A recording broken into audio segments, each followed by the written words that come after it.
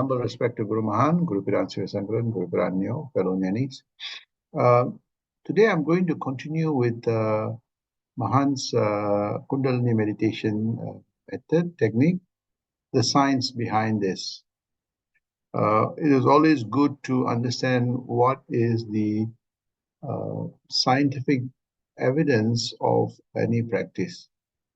So scientific evidence is actually to see whether the impact that the meditation or any practice is leading to the outcome, the desired outcome that we want. And if it is, then we need to know why, so that we can learn about it, we can manage it and enhance it. So the last few satsangs I've been talking about the importance of meditation, particularly ICRMS, which is introspection, contemplation, reflection, meditation, and also doing service. The random act of kindness also does have an impact on our brain. So then I went to speak about the meditational technique that was taught by G.P. Mahan. There are different meditations that are out there. Different masters have come over time to teach about how to make the mind more focused, make the mind more resilient against the worldly life, make the mind more enlightened, and ultimately the mind to attain self-realization or God-realization. So there are many techniques over different centuries and years that great saints and sages have come and shown and have discussed. Here I'm going to speak about the technique that I am most familiar with, which is Mahan's technique. And Mahan's technique has three parts: the rising, the Kundalini, descending, and also cleansing. The last time I spoke about stage 1, I'm sure most of you are practicing this. Some of you all would have been experiencing that experience. Some may not have had the experience. But those who are having that experience, you also need to ask, why are you getting this experience? And when you know why you're getting that experience, you can harness your practice more intensively. So I covered the first stage. I'll recap the first stage. And then today I want to spend some time on the second stage, the benefit of the second stage of meditation.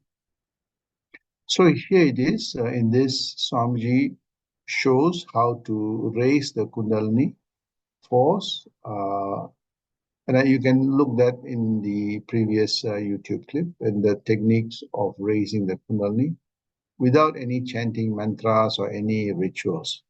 So Swamiji showed how to do this, and he taught a number of people how to do this.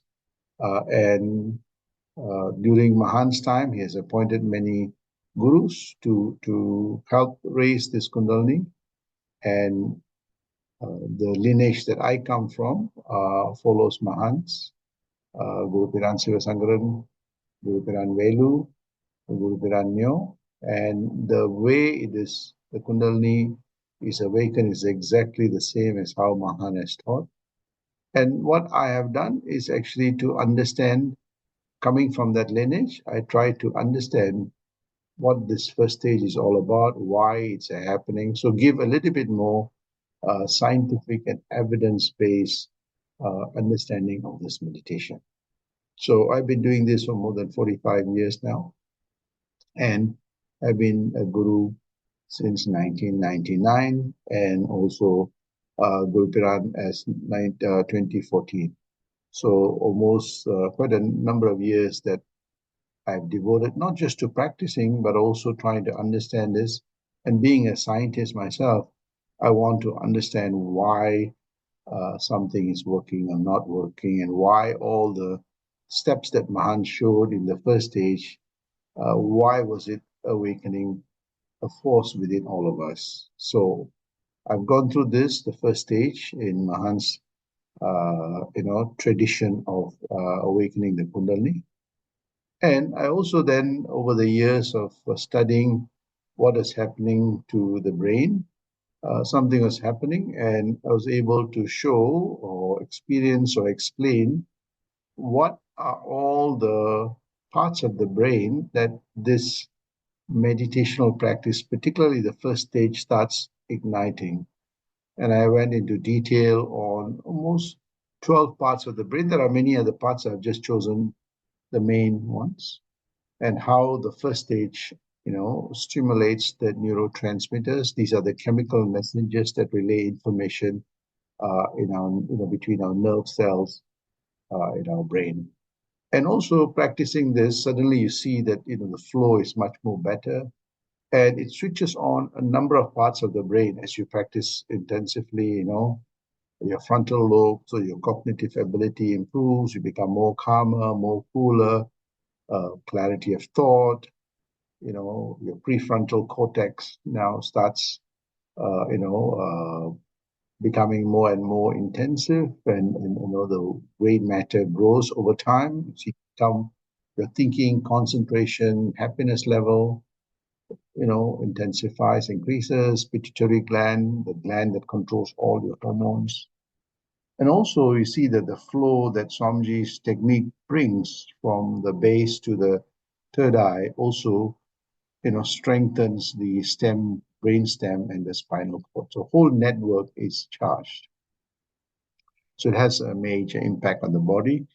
And so this is what we covered the last time, the first stage of initiation, impact of Jigme Mahan's first. So today I want to spend about why the second stage is so important. You'll see that in many tradition of Kundalini by great saints, they talk about the awakening of the third eye. But they don't speak about this step, which is the descending step, which is really an important step, which you'll see later, that in the practice of Mahan's Kundalini meditation, it is very important. So here, after the 14 days of practicing the first stage properly, this step is practiced. So normally the guru will ask the disciple to sit with the head and the vertebral column erect. That means the head, like how this picture is showing, and preferably in a lotus position, so that you will see that when you sit in the lotus position, or the pressure on the base spine is intensified, and that is very important to bring back that energy from the third eye. As in the first stage, the guru raises from the Muladhara, from the base eye, to the third eye. So in the second stage, after 2 weeks of practicing once, there's recalibration and intensification of the neurotransmitters and the Kundalini force. The guru then brings it back down to the Muladhara back again. There is a reason for doing this, and I'll explain shortly. Right? So one needs to sit down, and then the Kundalini force is brought back to the base of the spine by the guru. Only an experienced guru is able to do this, that he has to have that energy and the electromagnetic power to be able to do this. So normally an ordinary person will not be able to do this. Only an experienced guru who has gone through this training and who has been taught by another master guru on how to bring this down. So when that force is brought down, normally for most people, here it's easy to get the vibration, but the base of the spine, the Muladharam, is a little bit more difficult, because there's not much, nerves that gives you that vibration at the base of your spine. So what Mahan devised is, he looked at how do I stimulate that? How do I bring the thought there? So what he did was he had this casuarina seed, which is kind of very prickly. And he says, place it in the base of the spine. Normally a cellophane tape or a plaster is used, or a string is used, so that there's a sense of prickling at the base of the spine.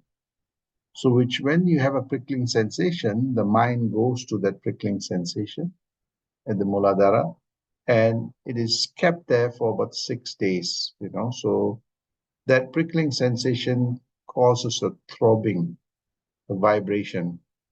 Similar to whenever you have a cut, you feel the throbbing. It's because the pain receptors are sending signals to the brain to say that, there is a wound there, Please send blood cells to fix the wound. So there is a throbbing, and that signal is sent to the brain, and then the brain instructs, releases hormones and instructs blood cells to travel there. And when the blood cells travels there, it eventually fixes the wound. In that same way, Mahan used that same logic.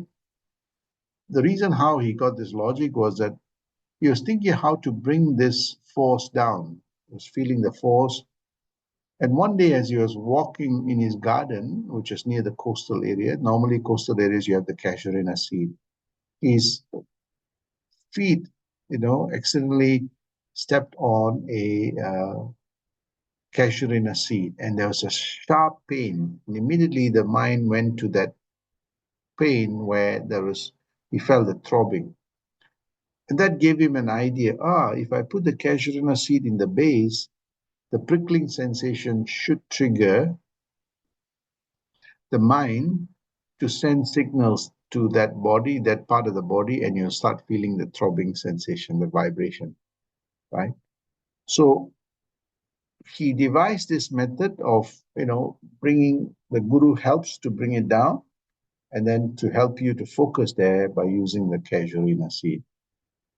The first day, 2 days, you may not see much, but over the next 3-4 days, you'll feel a warm feeling, a pulsating feeling will be at the base of the spine because of the prickling sensation and the force that the guru has brought it down. So this is practiced for about 6 days intensely. So first day, maybe slightly you feel the prickling sensation. Second day, the prickling sensation is diminished a little bit and you feel a little bit of warm feeling. And over time, you'll see that part of the body, which is the base, starts vibrating, or let's say unarvu. So what you have is that the force has brought down to the Muladhara, and it is coming through that aperture through the spinal cord, and in that process, it charges all the neurotransmitters. So it's like a flow of water or flow of energy that is clearing all the blockages in the nerves, because now it's rushing to come to the base of the spine because of the prickling sensation. So as you practice this very intensively, you see that the vibration becomes stronger. The vibrations become stronger. You start feeling the base more intense. You feel more intensity. So some of the sensation you'd get is like as though water descending a thread. You take a thread and you put some water, you feel the thing slowly trickling. The same way you feel a slowly trickling sensation. Sometimes, and some people also have this, as you're practicing over 2-3 days, you feel as though the ant is moving all over your body. And it is not ants, it's actually the electrical pulse. Your body is starting to percolate, and you feel as though like the ants moving. You also feel a slight pressure in the waist area, in the back area, because there's a lot of nerves that connects to that space, that part where you put the casuarina seed. And several things that are happening, the vibration, the blood circulation, with that comes energy, and the whole nerves in the base of the spine where your waist is becomes highly charged over the next couple of days. So why is this very important? This is what happens. So when you practice this, the whole neurotransmitters that the guru has helped you bring the energy forward. Remember, there's a connection from your third eye all the way down to the spinal cord to the base. So the neurotransmitters become more charged because you had the flow upwards and the flow downwards, right? And it become more charged, and you see that the relay of information becomes more intensive. So you feel a little bit more intensive. And this energy is passing through the largest section of your brain, is flowing through. So you start seeing that part of the brain, also you start feeling that entire throbbing, that sensation like ants. The other part that is stimulated is the brain stem, which is actually connected to your spinal cord, because the flow is coming down. Remember, the flow is brought up, the flow is brought, so the signals are coming down. And the same thing, you see that the spinal cord becomes more charged. So you can actually feel the entire flow via the spinal cord. So this is something that if you intensify your meditation during this period, you would feel these experiences. There's a physiological change that will happen. So what are the outcomes that you can experience? As I said, parts of your brain, parts of your spinal cord and brain stem, all are being ignited. So you see that now the flow of that energy in your body system becomes unhindered throughout the body. There may be blockages before, but slowly that blockages are being cleared because of the intensification of the flow of energy. With that flow of energy, obviously you see blood also moves through. And you see that a lot of the cells in the body is nourished because the blood is carrying, nutrients, the blood is carrying oxygen. So you see that as that flow intensifies, at the cellular level, there is, the cells become more healthier, the body becomes more healthier. So you see that somebody who practices this meditation, they are quite, healthy and agile. The body is more agile. Right? So that intensification suddenly gives you a little bit more awareness of the Kundalini force. Awareness is experienced throughout the body because now the whole flow is passing through the spine, and the spine is the main highway where all the other connection is taking place. So sometimes when you're practicing the second stage, you feel energy throughout your body, including in your hands. So this is a part of the experience. Yes. When that flow takes place, you see that the body's chemistry starts changing, right? You see there's a lot more oxygen flushed into your system. There's a lot more energy that is, strengthening your neurotransmitters, and this is very important. In your neurotransmitters, you have the covering of the tentacles and the tentacle itself. So as you age, the tentacles get shorter and the covering starts dissipating. So you get short circuiting. But when you practice meditation, the covering of that, the neurotransmitters become stronger and the telomeres become longer, so they get greater connectivity. So you see that those things have an impact on the body's chemistry. Because better signals are coming through, more energy is flowing through, the mind is more concentrated, the body's chemistry starts changing. And interestingly, over time, you see that the body starts emitting radiance. If you go after many, months practicing meditation, particularly the flow because of the second stage, you see your face, it's glowing. It may be dark in complexion, but you still have the glow, the kind of glowing. That is because, as Swamiji says very clearly, that, it essentially increases the body's radiation, emits more radiation because now it's elevated. So the bioelectromagnetic field or the Kundalini force is more intensified. It has always been there. It's more intensified. So you see that the body chemistry changes and the body will emit radiance, a glow. Right? And you can actually feel that glow. Your body temperature will be slightly higher. Right? So these are some of the symptoms or some of the outcomes that you start getting. You feel a little bit more energetic. You feel a lot more radiance. You can actually feel that resonation. And you get something like this. The body emits a radiance. Over time, you see that they call this stages, a glow. So if you see among great people who are meditating, you can actually see a glow. You can feel the vibrations. You can feel the kind of heat. In Tamil, we say tavakanal, kind of a warm, kind of a aura that is, and you see that the aura is very important to retain the energy, reinforce that energy, and also prevent other external forces to impact. External forces means electromagnetic fields. Today we are in homes where you have internet, We have all kinds of gadgets that are emitting all kinds of electromagnetic waves. So if our aura is weak, those things impact us. But if our aura is strong, it's deflected. So we see that our body starts emitting radiance. And before you may have catch cold very quickly, now you become more resilient to cold. Before you get all kinds of ailments, now you become more, the ailments slowly dissipate. Before your body is aching everywhere, now you feel that the body is more, can cope with those aches and pains. So that is why Swamiji says that the second stage is so important for the health of the body, so that you can sit down and deepen your meditation. You can keep your body healthy, your brain healthy. So there's a reinforcing effect that takes place. So the body starts emanating this glow. And this is something that, I myself have experienced, that before this, remember, your mind is now becoming more and more focused. Your energy field is all over, there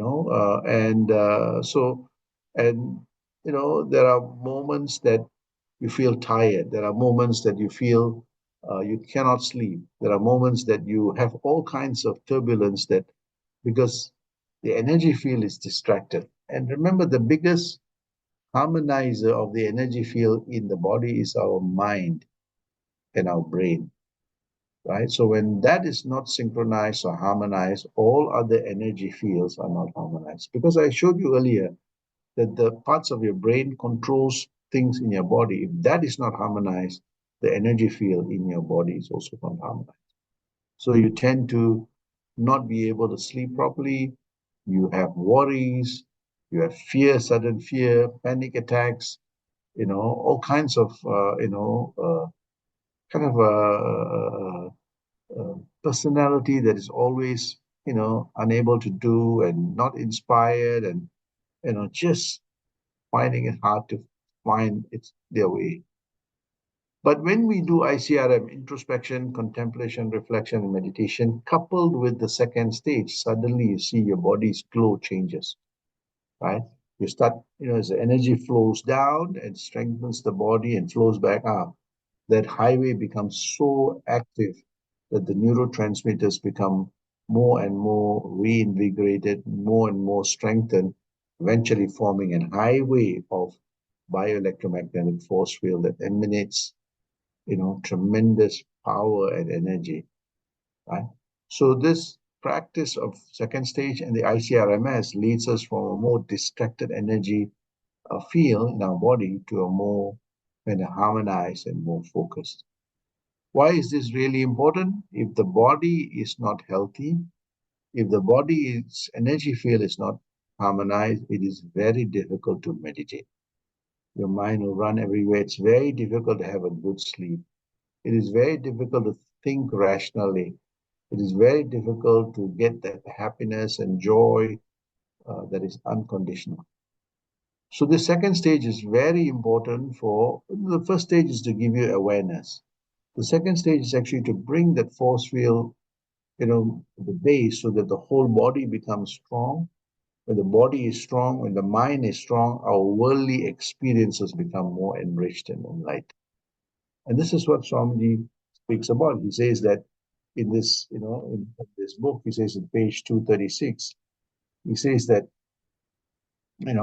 as the awareness becomes free from obstruction and its flow becomes natural, so long as there is a body, there will be no fear of illusion. What is he saying here?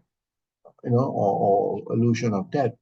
You see, when the mind, when the flow takes place, when the energy fields are strong, the brain's capacity increases, the mind's capacity to analyze, and the intellect's capacity to be deep and sharp becomes tremendous. So it helps us to become more rational, more scientific, more evidence-based to really understand what is happening. So we're not caught up by illusion, or abstraction or theoretical. You actually can experience this. So he says that because of this exuberance of this awareness, he says that It'll pervade the whole body and transform it completely. So your whole body transforms completely, right? And as a result, the body will emit a radiance, that glow.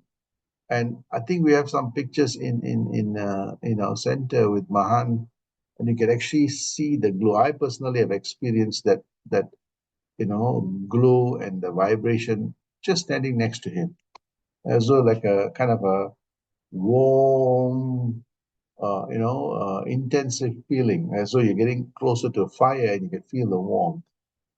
So this is what it harmonizes the body's energy, as it flows through that, the highway to infinity, which is our spinal cord from the top to the base, right?